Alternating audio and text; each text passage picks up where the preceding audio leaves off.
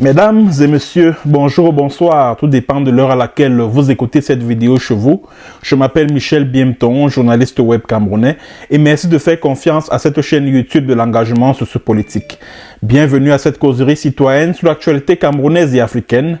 Bienvenue à la chronique de MBT, mesdames et messieurs. Alors, après l'arrestation puis le placement sous mandat de détention provisoire à la prison principale de Yaoundé du sulfureux homme d'affaires Jean-Pierre Amourou Belinga, l'un des suspects dans l'assassinat du journaliste camerounais Martinez Zogo, la communauté Mvogo Belinga, dont il est le chef traditionnel, le chef supérieur, le homme-loi des hommes-loi, a donc décidé de réagir.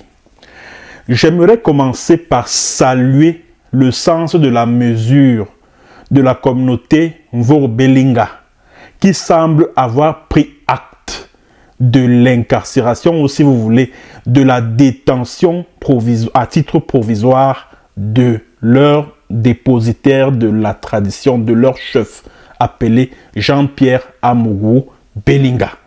Vraiment, je tiens à tirer un coup de chapeau par rapport à cette posture, on ne peut plus républicaine de cette communauté qui tranche littéralement avec toute l'agitation que l'on observe ces derniers temps sur les réseaux sociaux venant de la cour des obligés de Jean-Pierre Amourou Belinga, qu'il a sans doute acheté avec son argent sale et pourri et qui ne cesse de nous polluer la toile avec des histoires à dormir debout. Cette tendance qu'ils ont à blanchir Jean-Pierre Amourou Belinga et à désigner un coupable qu'ils n'ont pas le courage de citer nommément. Parce que nous savons tous que la cible de tous les soutiens de Amourou Belinga, c'est Chantal Biya, c'est Ngongo Ferdinand. Mais ils n'ont malheureusement pas le courage de pointer du doigt ces deux personnes. Ils n'ont pas ce courage-là. Ils préfèrent chialer à longueur de journée, nous démontrer à force d'argussie comment Amourou Belinga est innocent, comment la procédure judiciaire est montée, comment la procédure judiciaire a été bricolée, comment on ne retrouve pas la scène du crime depuis le début de cette affaire, comment il y a une reconstitution des faits qui a été opérée nuitamment, etc., etc. La communauté Mvogo Belinga, au contraire, semble avoir pris acte de ce que leurs frères du village, leurs cousins, se retrouvent en ce moment sous main de justice. Alors, ils ont donc rédigé la correspondance que voici concernant l'affaire Jean-Pierre Amourou Belinga que j'aimerais partager avec vous. C'est-à-dire que j'aimerais partager et décrypter avec vous, mesdames et messieurs. Alors, cercle de réflexion pour l'orthodoxie Mvogo Belinga, assassinat de Martinez Zogo. Communiqué de la communauté Mvogo Belinga, numéro 2. Le communiqué se présente ainsi qui suit. Dans la nuit du 3 au 4 mars 2023, le premier segment de la justice allant des officiers de police judiciaire au commissaire du gouvernement a rendu son tablier dans l'affaire de l'assassinat du journaliste Martinez Zogo. Ainsi, l'on a noté que les collaborateurs de l'homme d'affaires, président-directeur général du groupe L'Anecdote, Jean-Pierre Amourou Belinga, ont été mis en liberté. L'homme d'affaires, homme-loi des hommes-loi, Mvogo Belinga, lui a été placé sous mandat de détention provisoire pour complicité de torture avec aide. La communauté Mvogo Belinga, fidèle à son engagement de faire confiance aux institutions de la République et notamment à la justice camerounaise, pour des raisons évidentes, suit avec beaucoup d'attention ce dossier et retient qu'à ce stade de la procédure, les premières conclusions de l'enquête ne désignent l'homme d'affaires Jean-Pierre Amourou Belinga ni comme assassin, ni comme le commanditaire de l'assassinat de Martinez Zogo, mais il est quand même impliqué dans cet assassinat. Par conséquent, s'il n'est pas assassin, il est complice d'assassin. Donc, il est autant répréhensible que l'assassin lui-même.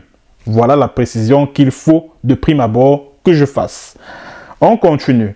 La communauté invoque Belinga note que la procédure devant conduire à l'établissement de la vérité dans cette macabre affaire va se poursuivre et que le deuxième maillon de la chaîne judiciaire va prendre la relève. Il s'agit de l'information judiciaire. Le juge d'instruction, qui n'est pas lié par les résultats et les qualifications de l'enquête préliminaire, va reprendre l'examen des faits de la cause en les confondant aux éléments de preuve à sa disposition avec l'audition de ceux qu'il aura préalablement inculpés ainsi qu'éventuellement d'autres personnes.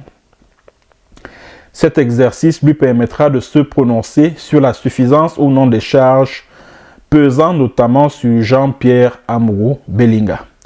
Il s'agit donc d'une lourde mission qui incombe au juge d'instruction. Pour cette deuxième phase de la procédure, la communauté invoque Belinga tout en appelant les uns et les autres à la patience, mais à beaucoup de vigilance, afin que l'information judiciaire se déroule dans la plus grande sérénité, en toute indépendance pour la consécration de l'état de droit et la mise en œuvre efficace des mécanismes conduisant à un procès juste et équitable. 1. Exhorte la communauté des influenceurs et autres francs-tireurs nationaux et diaspora confondus, ainsi que les médias de toutes catégories, à beaucoup de tempérance et de mesure. Donc, tous les soutiens de Amourou Belinga qui s'agitent là, sur Facebook, sur YouTube, un peu partout, les frères de Amourou Belinga, les Belinga vous disent que pardon, épargnez-nous votre agitation là, laissez la justice faire son travail, laissez le juge d'instruction faire son travail en toute indépendance et en toute sérénité. Voilà le message que la communauté invoque Belinga envoie à tous ces Ouistiti là qui sont en Europe là, qui gesticulent là, dans leur soutien à Jean-Pierre Amourou Belinga. Bon, il s'adresse également à ceux qui sont, on va dire quoi, à ceux qui ont milité à travers les réseaux sociaux pour que Amourou Belinga paye pour le crime auquel il a participé. Mais l'on retient également que la communauté Amourou Belinga s'adresse à tous ces activistes-là, à ces hommes et femmes qui attisent la haine tribale sur les réseaux sociaux au nom de leur soutien à Jean-Pierre Amourou Belinga. C'est ce qu'il y a lieu de retenir également. 2. Appelle les autorités hiérarchiquement supérieures, à un niveau ou à un autre, au juge d'instruction à faire preuve de beaucoup de responsabilité et de neutralité. Alors, la communauté Belinga semble dire à tous ceux qui instrumentalisent la justice contre leur frère Jean-Pierre Amourou Belinga que cette justice a besoin d'indépendance, elle a besoin de souveraineté, elle a besoin de sérénité pour trancher cette affaire, que le juge d'instruction doit travailler, doit faire son travail sans interférence. Alors la communauté Belinga s'adresse particulièrement à Ferdinand Ngongo, qui est soupçonné de tirer les ficelles de cette procédure judiciaire. C'est ainsi qu'il faut comprendre ce message de la communauté Belinga. 3. Convoque le professionnalisme, l'objectivité et l'indépendance du juge d'instruction. Bon, j'espère pour tous les membres de cette communauté Belinga que si le juge d'instruction décide de renvoyer Jean-Pierre Amourou Belinga devant les juridictions, ils vont également prendre acte de cette décision. Parce qu'on a comme le sentiment qu'ils sont en train de faire les yeux doux aux juges d'instruction en charge de l'affaire Jean-Pierre Amourou Belinga, qui sont en train de le supplier que, s'il te plaît, il faut faire le travail de telle sorte que Jean-Pierre Amourou Belinga puisse recouvrer la liberté. C'est aussi de cette manière-là qu'il faut comprendre cette lettre. Donc, ce sont là aussi les dessous de cette correspondance, ou si vous voulez, de ce communiqué de la communauté Belinga. 4. Et c'est là où je ne suis pas d'accord avec eux, c'est-à-dire que le point 4 là, pris les autorités judiciaires eu égard à la présomption d'innocence dont bénéficie Jean-Pierre Amourou Belinga et au regard de sa qualité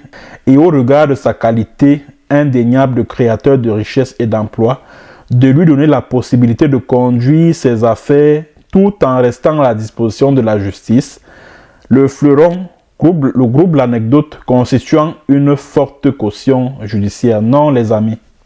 Non. Il n'en est pas question.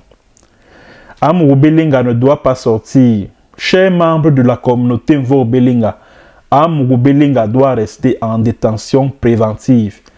Parce que ce sont les lois. La loi camerounaise est claire, le code de procédure pénale, si je ne me trompe pas. Et je parle sous le contrôle des spécialistes du droit camerounais qui m'écoutent.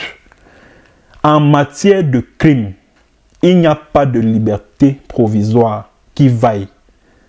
Sauf s'il s'agit d'un délit. Parce que s'il avait commis un délit et qu'il avait des garanties de représentation, ok, là on lui accorderait légalement et même légitimement une liberté provisoire.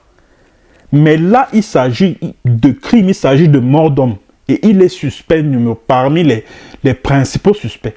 Alors, il n'est pas question, mais alors pas du tout question, qu'il soit provisoirement libéré. Il n'en est pas question. Et surtout que des informations faisant état de sa tentative de sortir du pays ont circulé avant son arrestation. Donc il n'est pas question que Amourou Belinga soit libéré provisoirement.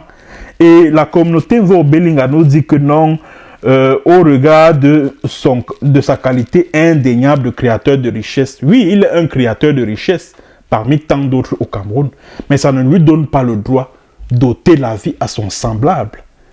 Ça ne lui donne pas le droit de doter la vie à qui il veut, comme il veut et quand il veut.